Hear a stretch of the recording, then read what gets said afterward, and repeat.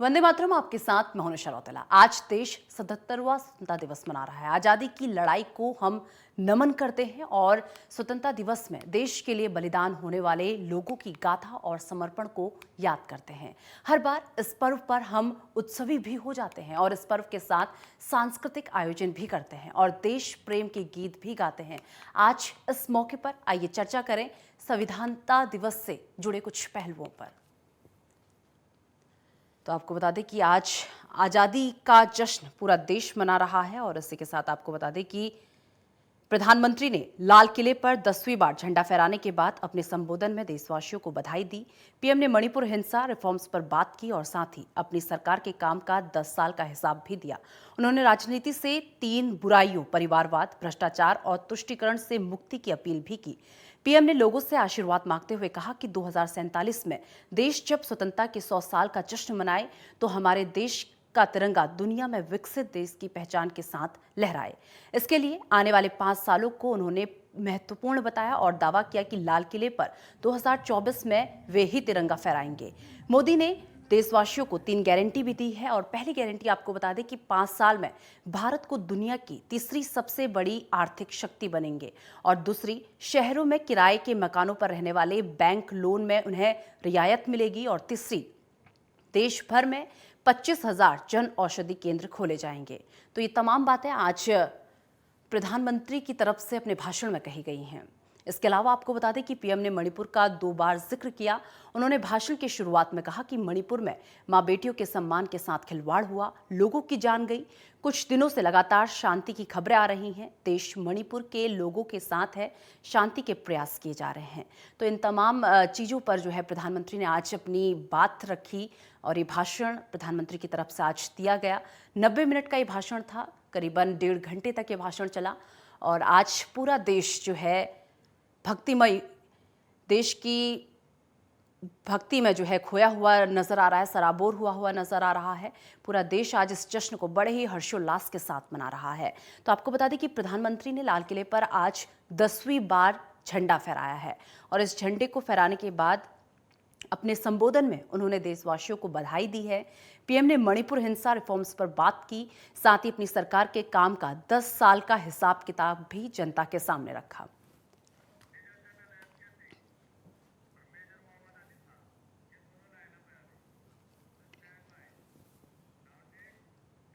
और चलिए इस पूरे मुद्दे पर करेंगे चर्चा। उससे पहले कुछ खास मेहमान इस वक्त हमारे साथ जुड़ चुके हैं। सबसे पहले परिचय आपका उनसे करवा देती हूँ। रक्षा विशेषज्ञ major general SK Singh ji इस वक्त हमारे साथ जुड़ चुके हैं और वहीं रक्षा विशेषज्ञ मेजर मोहम्मद अली शाह जी इस वक्त हमारे साथ जुड़ चुके हैं और कवि अनन्य देवरिया जी अब से कुछ ही देर बाद हमारे साथ जुड़ेंगे। चलिए सीधा रुख major general SK Singh ji का कर लेते हैं। सर, आज पूरा देश स्वतंत्रता दिवस मना रहा है, बड़े धूमधाम से मना रहा है। सबसे पहले एक छोटा सा रिएक्शन आपका। निशा जी, सबसे पहले तो आपको स्वतंत्रता दिवस की हार्दिक शुभकामनाएं और आपके इस माध्यम से, आपके चैनल के माध्यम से सभी दर्शकों को स्वतंत्रता दिवस की बहुत बहुत हार्दिक शुभकामनाएं।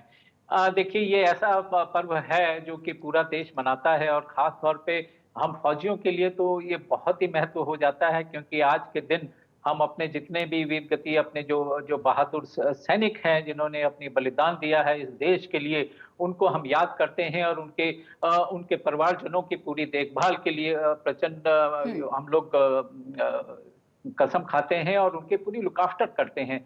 और आज के दिन उन वीरों को भी हम याद करते हैं जिन्होंने स्वतंत्रता से पहले भी जिन्होंने भाग लिया स्वतंत्रता दिलाने में, वो और साथ ही उसके बाद से जितने भी युद्ध हुए हमारी जिस तरीके से रक्षा की है इस स्वतंत्र भारत की, उन सबको आज याद करते हैं और सलाम करते हैं।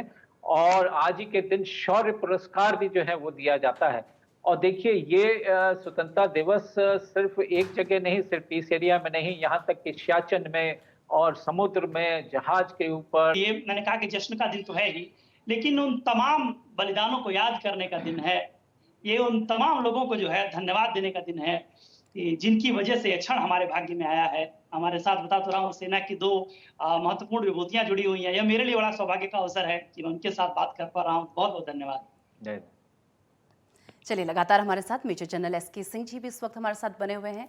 सर, जिस तरीके से बात अगर आप जम्मू कश्मीर की कर ली जाए, पहले और अब में तस्वीर को कितना बदलते हुए देखते हैं, क्योंकि आज जम्मू कश्मीर में भी बड़े हर्षोल्लास के साथ जो है इस पर्व को मनाया गया, झंडा जो है फहराया गया, किस तरीके से देखते हैं सर?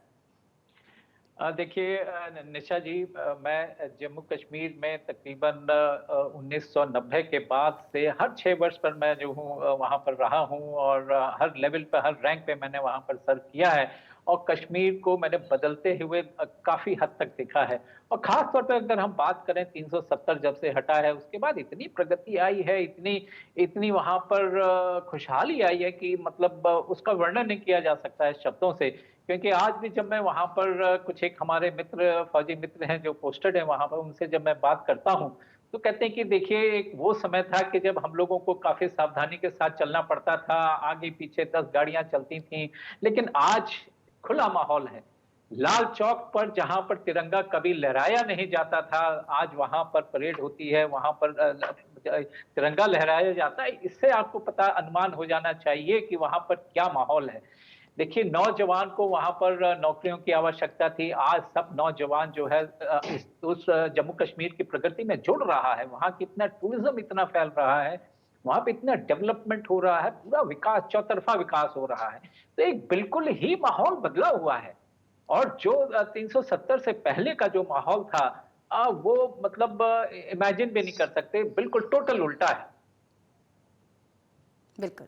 चलिए, लगातार हमारे साथ मेजर मोहम्मद अली शाह जी भी इस वक्त हमारे साथ बने हुए हैं। सर, जिस तरीके से बात कर ली जाए, अब डिफेंस क्षेत्र की अगर बात कर लें, डिफेंस सेक्टर की अगर बात कर लें, कितनी तस्वीर बदली है इसकी? आपका बड़ा अच्छा सवाल है, और आपके सवाल पे आने से पहले मैं, क्योंकि बहुत ही दिलचस्प सवाल है आपका ये, तो मैं हमारे साथ हमारे बड़े मैं दाग देता हूँ हमारे आनंद भाई का। इन्होंने क्या कविता बोली, इन्होंने वाकई में मजा आ गया भाई आपकी कविता सुन के। तो इसी बात पे आप इंशाल्लाह जी मेरे को इजाजत दीजिए, 1 मिनट में 4 पंक्ति सुनाऊंगा। बिल्कुल बिल्कुल। माखनलाल चतुर्वेदी की कविता है पुष्प की अभिलाषा। वो लिखते हैं, चाह नहीं मैं सुर बाला के गहनों में गूंदा जाऊं, चाह नहीं प्रेमी माला में बिन प्यारी को ललचाऊं, चाह नहीं सम्राटों के शव पर हे हरि डाला जाऊं, चाह नहीं देवों के शव पर नहीं, चाह नहीं देवों के सर पर चढ़ूं भाग्य पर, माफ कीजिएगा, चाह नहीं देवों के सर पर चढ़ूं भाग्य पर इठलाऊं, मुझे तोड़ लेना वन माली उस पथ पर, देना तुम फेंक मातृभूमि पर शीश चढ़ाने जिस पर जाए वीर अनेक। तो ये पुष्प की अभिलाषा है कि वो एक फौजी बनना चाहता है। तो बेसिकली इससे ये दिखाता है कि हर कोई, हर किसी के अंदर वो भावना होती है। अब बात करते हैं हमारे डिफेंस की। आप देखिए आज की तारीख में हिंदुस्तान का डिफेंस इतना आगे बढ़ चुका है। हमारे डिफेंस मिनिस्टर राजनाथ सिंह साहब ने कुछ टाइम पहले कहा था, हम चाहते हैं कि हिंदुस्तान मेक इन इंडिया ही नहीं, मेक फॉर द वर्ल्ड बनाए। आज की तारीख में हम एक्सपोर्ट कर रहे हैं इक्विपमेंट, डिफेंस इक्विपमेंट। फिलीपींस जैसे अन्य देश हैं, और दुनिया जानती है कि हिंदुस्तान डिफेंस के अंदर बहुत तगड़ी वाली इन्वेस्टमेंट कर रहा है, क्योंकि सबसे पहले हमको अपने बॉर्डर सुरक्षित करने हैं। हमने ड्रोन्स लिए हैं लीज पे, और हमने प्रोक्योर भी कर रहे हैं। हमने राफेल जेट्स तो आ ही गए हैं, वो तो बहुत बड़ी ताकत है। आईएनएस वगीर का प्रोजेक्ट है जो कि सबमरीन है, फास्ट ट्रैक पे हो गया है। आप देखिए हम एक 47 थी, 56 आई, अब और आगे जाके हम एडवांस कर रहे हैं। हम बेसिकली हर तरीके से, चाहे फौज की सेना हो, मैन पावर, चाहे इक्विपमेंट हो, चाहे मॉडर्नाइजेशन ऑफ मिलिट्री हो, हर तरीके से आगे बढ़ रहे हैं। और दुनिया जानती है ये बात, तो इसके लिए वो चाह रहे हैं, हर कोई चाहेगा कि हिंदुस्तान से डिफेंस डील कर ले।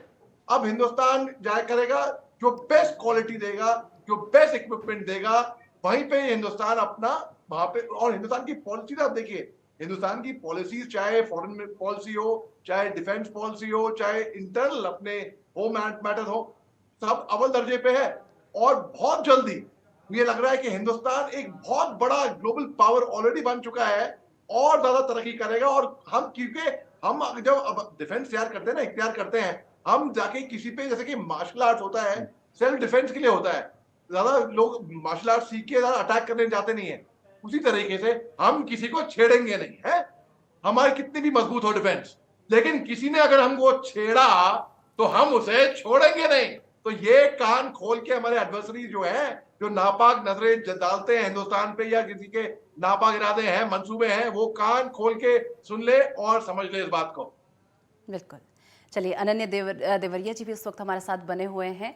जिस तरीके से बात कर ली जाए, प्रधानमंत्री मोदी के नेतृत्व में अगर बदलते भारत की तस्वीर की अगर बात कर ली जाए, एक बार कविता में इन बदलते भारत की तस्वीर को अगर एक बार आप कविता में पिरो के देखें तो किस तरीके से मतलब दिखाई देता है आज का भारत? पहले तो ये कि भारत का जो है यह अवसर बड़ा इस समय बहुत स्वर्णिम काल में है और कम से कम सत्ता के केंद्र में एक ऐसी सरकार है जो कठोर निर्णय ले पाने में सक्षम है। बिल्कुल। और बदलते परिवेश को जो है, अगर मैं कविता के शब्दों में बांध पाऊं, अगर मैं कहने की कोशिश करूं, तो आज से जो है हम 10 साल पहले जाए, जो अनुभूति तब थी और आज जो अनुभूति है उसमें क्या अंतर आ गया है।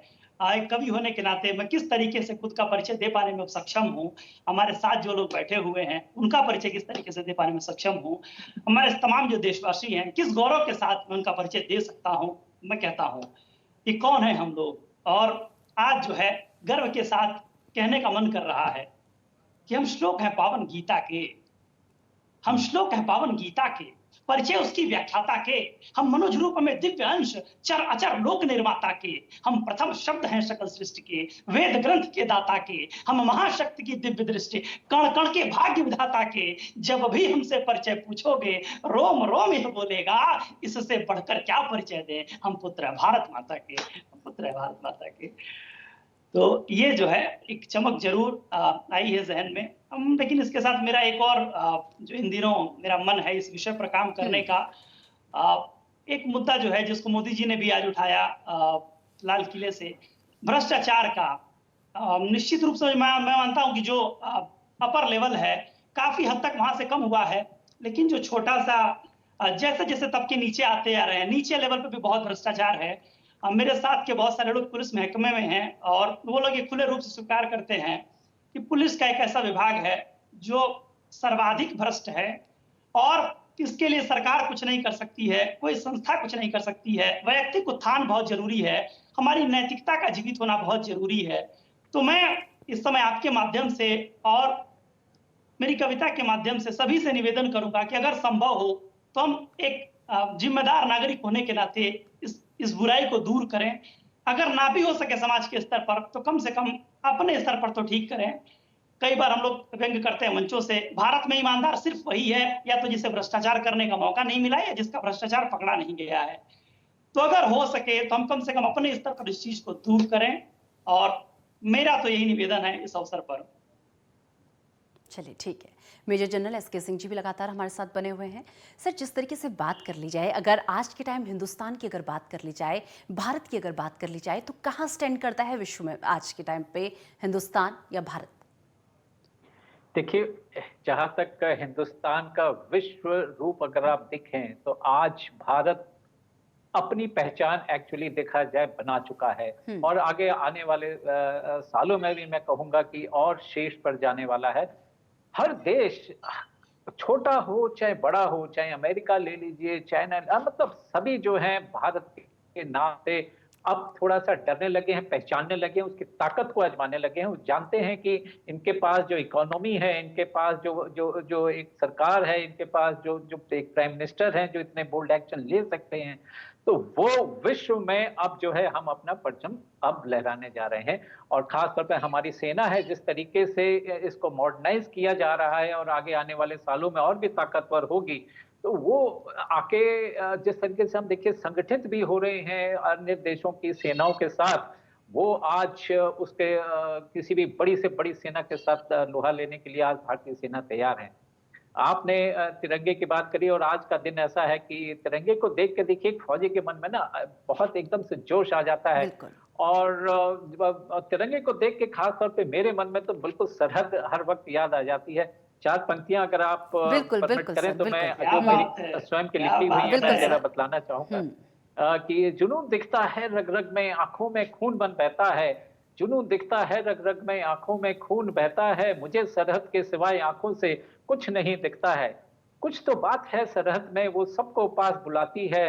अपनी रूप रेखा से वो मंत्र मुग्ध कर जाती है। कितनी ही रातें गुजर गई, सैनिक खून बहाते रहे।